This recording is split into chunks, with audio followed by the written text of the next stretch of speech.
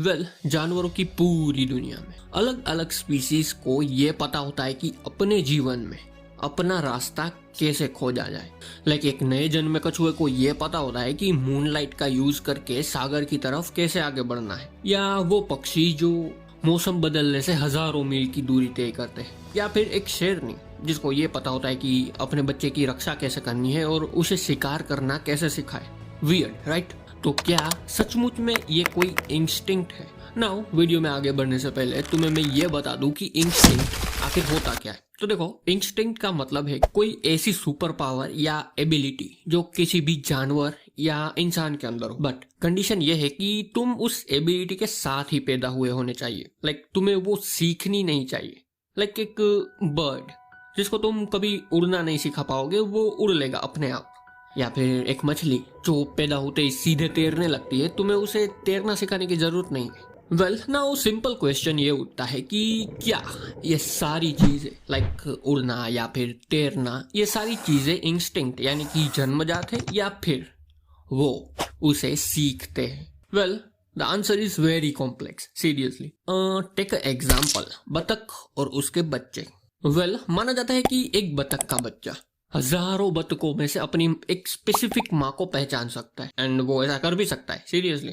तो साइंटिस्टों का मानना था कि ये एक बतख के बच्चे की इंस्टिंक्ट है, यानी कि उसकी जन्मजात एबिलिटी, और वो ऐसा सालों तक मानते भी रहे। बट इन 1963 गिलबर्ट गोटलिब, इस बंदे ने एक कमाल की डिस्कवरी की। इसने पता लगाया कि एक्चुअली में बतख के बच्चे अपनी माँ को इसलिए पहचान लेते हैं क्योंकि वो उस बतख की आवाज के प्रति अट्रैक्ट होते हैं। But how?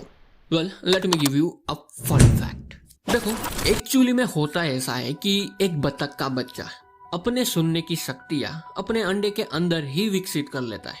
तो लॉजिकली जब वो अंडे के अंदर से ही सुन सकता है, तो वो सबसे ज्यादा अपनी माँ की आवाज ही सुनेगा, क्योंकि उसकी माँ ही उससे ज्यादा पास रहेगी, राइट? क्योंकि उसे अंडे की केयर करनी पड़ती है। तो लॉजिकली वो जो सुनेगा वो अपनी माँ की आवाज ही सुनेगा। दैट्स व्हाई वो बच्चा उस आवाज के प्रति फेमिलियर हो जाता है। एंड देन जब हजारों बतखों में से वो एक स्पेसिफिक आवाज आए, तो वो उसे पहचान सकता है कि वो उसकी माँ है। Weird right? बट यहाँ पे भी एक ही सवाल उठता है कि क्या ये कोई इंस्टिंक्ट है, यानी कि जन्मजात एबिलिटी? बट अगर तुम डीपली जाके देखो तो ये तो सीखी गई ना। इंस्टिंक्ट तो सीखी नहीं जा सकती, बट यहाँ तो आवाज पहचानना सीखा गया, तो ये कोई इंस्टिंक्ट नहीं। Okay, late me give you another example, बतख और उसके बच्चों का ही।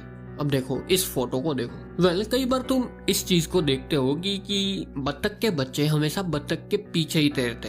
तो क्या ये कोई इंस्टिंक्ट है या सीखी हुई चीज, जैसे कि आवाज को सीखना, या फिर इन दोनों में से कोई भी नहीं? देखो, होता यूं है कि जब एक बतख माँ आगे की ओर तैरती है, तो वो अपने पैरों का यूज करती है पानी में आगे की ओर तैरने के लिए। टेक्निकली इस चीज से एक वेव ड्रैग उत्पन्न होती है, जिससे पीछे तैर रहे बच्चे पानी में पीछे खिंचाव की जगह आगे की ओर धक्का महसूस करते हैं। टेक्निकली इस चीज से वो आसानी से तैर सकते हैं पानी में, और वो भी बिना ज्यादा एनर्जी यूज किए। अब देखो, अगर बच्चा माँ के बगैर तैरेगा तो उसे पानी की छोटी छोटी लहरों का सामना करना पड़ेगा, और बच्चे अभी बहुत ही ज्यादा छोटे होते हैं, तो उसे पानी में लहरों के सामने तैरने में ज्यादा एनर्जी यूज करनी पड़ेगी। तो आसान यही है कि वो अपनी माँ के पीछे ही तैरे। तो क्या ये एक इंस्टिंक्ट है, यानी कि एक एबिलिटी? तैरने को तो तुम एबिलिटी कह सकते हो, बट पीछे की ओर ही तैरना, आई डोंट थिंक सो कि ये कोई एबिलिटी है। तो क्या ये कोई सीखी हुई चीज है? बतख ने ये भी कभी नहीं सिखाया कि पीछे ही तैरो।